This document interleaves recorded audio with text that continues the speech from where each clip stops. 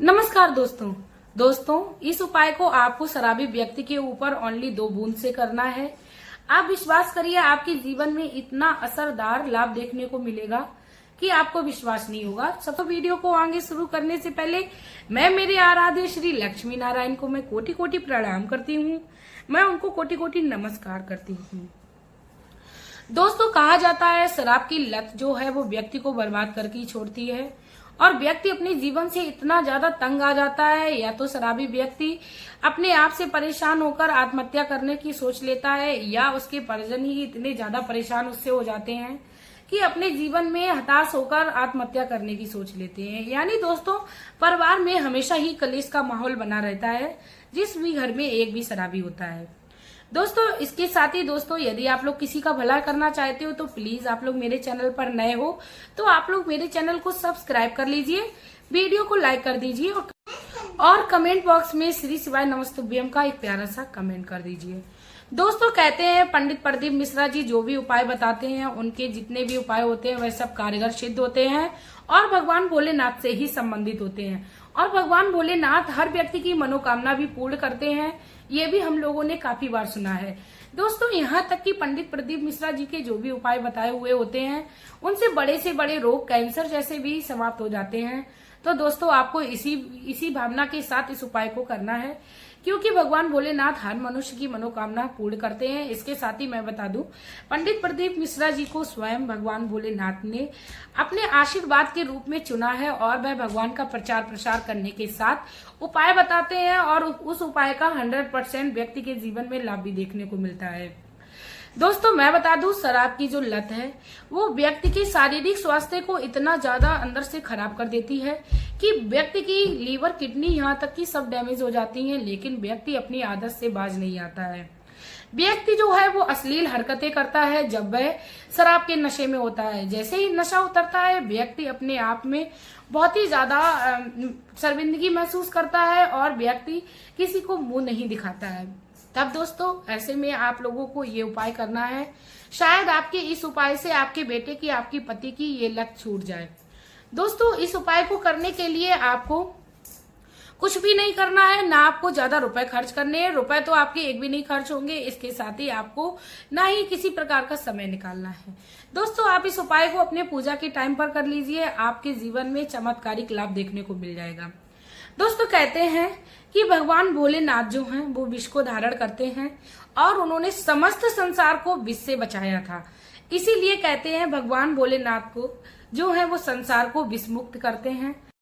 भगवान भोलेनाथ इतने दयालु हैं कि वे संसार को तो विष मुक्त कर देते हैं, लेकिन संसार को बचाने के लिए उन्होंने स्वयं विष को धारण किया था। इसीलिए उनको नीलकंठ कहा जाता है। दोस्तों, नीलकंठ भगवान का नाम लेते हुए आप इस उपाय को पूर्ण श्रद्धा से सुनिए और दोस्तों, आप विश्वास करिए, आपके जीवन में काफी ज्यादा लाभ देखने को मिलेगा।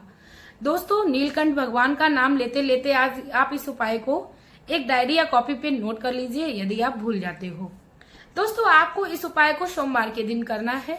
आप सुबह में उठिए, स्वच्छ कपड़े पहनिए, स्नान कर लीजिए, ओम नमः शिवाय का आप जाप करना स्टार्ट कर दीजिए सुबह से ही, या आप श्री शिवाय नमस्तुभ्यम का भी एक प्यारा सा जाप करना स्टार्ट कर दीजिए।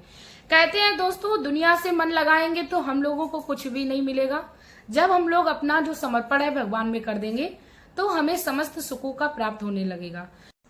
दोस्तों, इस उपाय को करने के लिए आपकी 2 लोटे की जरूरत पड़ेगी, एक तांबे का लोटा, एक पीतल का लोटा। इसके साथ ही आप अपने घर से एक खाली पात्र ले जाइए। दोस्तों, कहते हैं पंडित प्रदीप मिश्रा जी की व्यक्ति को जल अपने घर से ही ले जाना चाहिए, क्योंकि जल अपने घर से ले जाने से पितृदोष समाप्त होते हैं। और दोस्तों, जल का कोई हम लोगों को भुगतान पैसों से नहीं करना होता है, तो इतना तो भगवान के लिए हम लोग कर ही सकते हैं। जल आप घर से ले जाइए। यदि संभव नहीं है दोनों हाथों में लोटा पकड़ना, क्योंकि हो सकता है मंदिर आपके घर से दूर हो, तो आप किसी एक बाल्टी में, कवर की हुई बाल्टी में जल को भर लीजिए और आप लोटे को रख लीजिए। लेकिन दोस्तों, आपको याद रखना है दोनों ही लोटे आपको उस समय ले जाने हैं। इसके साथ ही आप अपने साथ पूजन की सामग्री ले जाइए, भगवान भोलेनाथ की पूजन करिए। उसके साथ ही यदि संभव हो जाए तो बेलपत्र भी ले जाइए। बाद बाकी दोस्तों, आपको जल तो अवश्य ले जाना है। इतना करने के साथ आप भगवान भोलेनाथ के मंदिर में प्रवेश करिए।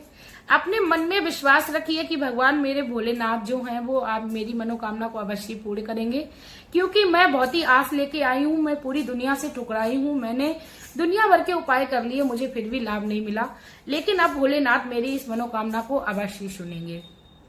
आप भगवान भोलेनाथ के मंदिर में जाइए, 3 ताली का आह्वान करिए। 3 ताली से भगवान भोलेनाथ की वहां पर उपस्थिति हो जाएगी। आप यदि कोई मनोकामना बोलना भूल जाएंगे तो उसको भी पूर्ण करेंगे और आपके घर के भंडार भी भरे रहेंगे भोलेनाथ। वहां पे आराम से आसन लगाकर बैठ जाइए। सबसे पहले आप तावे के लोटे का जल चढ़ाइए। कहते हैं तावे के ये पात्र में भरा हुआ जल जो है वो कई सारे रोगों को मुक्त करता है। आप तावे के लोटे से भगवान भोलेनाथ की शिवलिंग पर जल चढ़ाइए।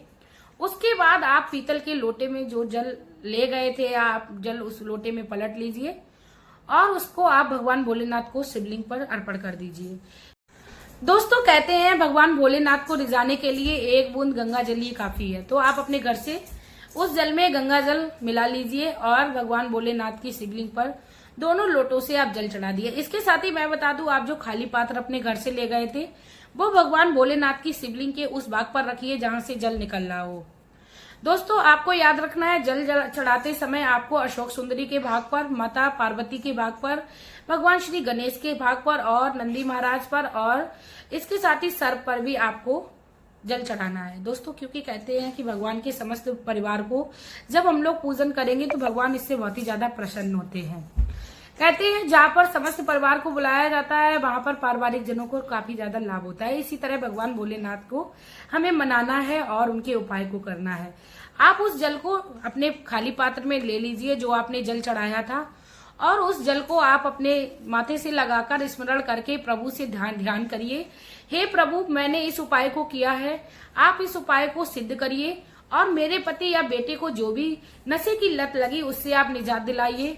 हे प्रभु, इस संसार में हमारा कोई नहीं है, आपके सिवा इस संसार में हमारा कोई भी ऐसा नहीं है जो मेरी समस्याओं का समाधान करे। आप ही में ऐसी शक्ति है जो आप व्यक्तियों को सुख देने वाले हो और व्यक्तियों को संकटों से दूर करने वाले हो। इतना कहने के साथ आप मंदिर से भगवान श्री भोलेनाथ को स्मरण करके और उनको प्रणाम करके मंदिर से निकल आइए और अपने साथ आप गंगा जल जो लाए थे उसको आप अपने घर के द्वार पर पहले तो छिड़क दीजिए, क्योंकि भगवान जो भी नकारात्मक शक्ति होगी उससे वह भाग जाएगी। छिड़कने के बाद आप अपने घर में आंगन में प्रवेश करिए, कुछ आंगन में उसको छिड़काव कर दीजिए। उसके बाद दोस्तों मैं आप लोगों को बता दूं कि आप उस जल का जो आचमन है अपने पति को कराइए। यदि पति इस आचमन को प्रत्यक्ष रूप से नहीं कर रहे हैं तो आप उनको सोते समय इस उपाय को कर लीजिए।